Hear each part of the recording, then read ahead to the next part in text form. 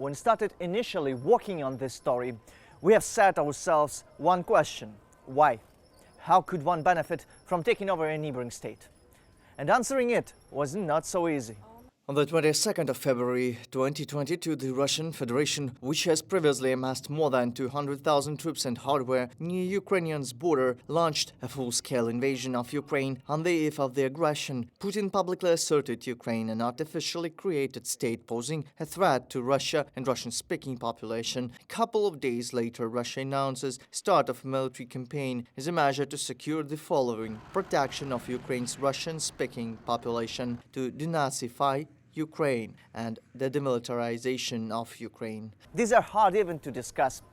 Earlier, following the round of peace talks, Ukrainian authorities have repeatedly stated that Russian participants themselves failed even to explain the meaning of these claims. If you type a question why Russia invades Ukraine over YouTube, you will find a few explainers. Mostly, they address the issue from several points of view: military strategy, political and economic. However, these theories are little in line with the real geopolitical picture. Experts state, among them in particular, that Russia seeks to retake the Black Sea oil deposits, presumably discovered in the Ukrainian exclusive economic zone in 2012. However, a source close to the state company Naftogaz told us that at this point it is impossible to assess the volume of oil stored on the shelf. They are currently controlled by Russian troops after the occupation of Crimea in 2014. The more obvious the statement is, it's harder to confirm. The takeover of Ukraine would bring Russia nothing but losses, neither economically nor politically. The maximum economic benefit is, I don't know, maybe access to the North Crimean Canal.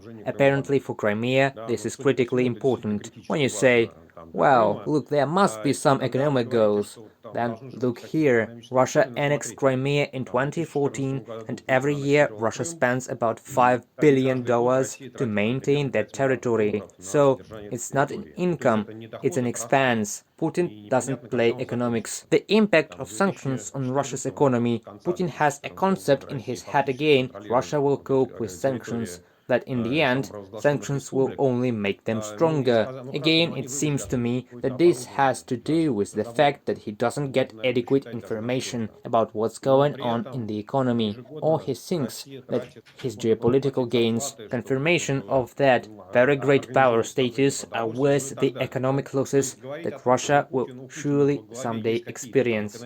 However, there are some benefits from the siege of Ukraine. We concluded that they exist in the very imagination of the Russian President Vladimir Putin. Mental health experts observe an acute mental disorder affecting Putin's behavior and statements and actions and everything else. We can observe Putin's narcissism traits, strongly evident ones. One of the main criteria for detecting narcissism is the inability to tolerate the opinion of others, a tendency to consider one's own opinion as the only true. We can observe delusions of grandeur, paranoid conspiracy. He doesn't even approach his closest associates. He keeps a very big distance between himself and them. Even at the meeting with the French president, they were sitting at different corners of a very long table, which also raises doubts about his trust in those around him. As we know, Putin is a failed KGB man. He would like to succeed, but it didn't happen, and so he's starting to replay his spy game now. He does not like the fact that there is an independent Ukrainian nation and a country that he has always considered in orbit of Moscow influence, and now his troops are trying to wipe Ukrainian cities out of existence and make it look like this country has never existed.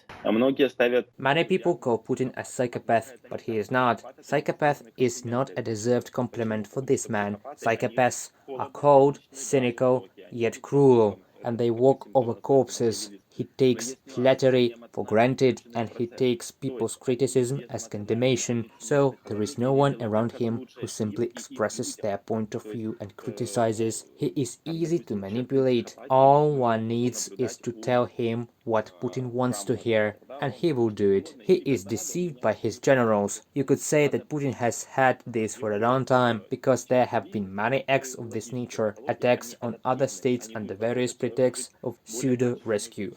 Putin, don't forget, take your pills. This is what they should have said him earlier. Now it's too late. Nick STARKOV for UATV News.